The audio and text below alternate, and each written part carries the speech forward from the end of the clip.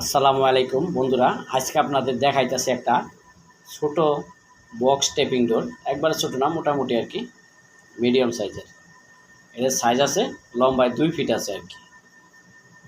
এই box tape ডোরটা বানানো হয়েছে 10 নম্বর তার দিয়ে। এই বক্স টেপ ডোরটা সিস্টেম করা হচ্ছে দুইটা।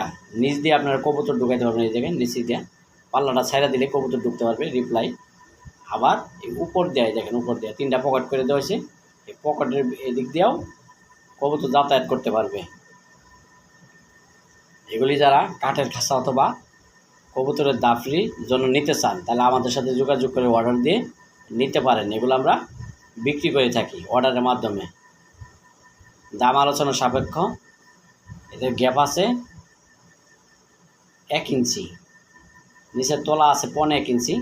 চাইলে এটার ভিতরে আপনারা বাচ্চাও পালন করতে পারবেন।